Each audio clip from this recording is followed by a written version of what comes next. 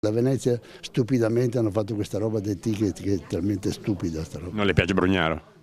No, se fa queste robe qua no, a parte che Brugnaro abita a Mogliano, non sa neanche come è fatta a Venezia, lo dico subito. Arrigo Cipriani, imprenditore veneziano, conosciuto in tutto il mondo per il suo elogio dell'accoglienza nel settore della ristorazione, parla senza mezze misure del primo cittadino di Venezia e delle sue idee.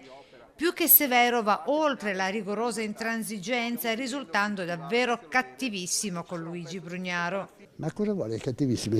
Io dico quello che penso, l'ho sempre detto, va bene. Brugnaro abita a Mogliano e Venezia non sa cosa sia. Odi e Tamo, l'incipit elegiaco con cui Cipriani professa, per contro e all'opposto, la sua stima incondizionata per l'altro amministratore, quello veneto, il presidente di regione Luca Zaia. Bravissimo, Zaia è formidabile. Già premiato come ambasciatore nel mondo per l'ospitalità d'eccellenza e appassionato testimone della cultura veneta, è lui a vedere in Zaia il nuovo condottiero di Cafarsetti. Andrebbe bene come prossimo sindaco?